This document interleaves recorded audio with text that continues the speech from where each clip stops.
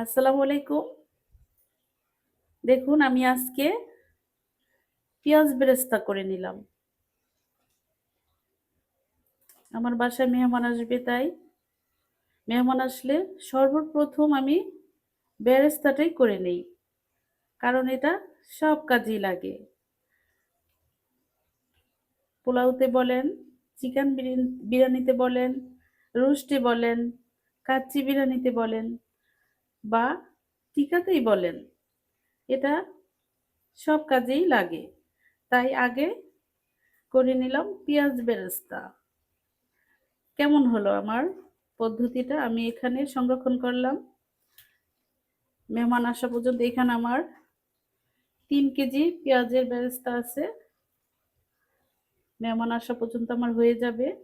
আর যদি থেকেও যায় সেটাও রয়ে যাবে।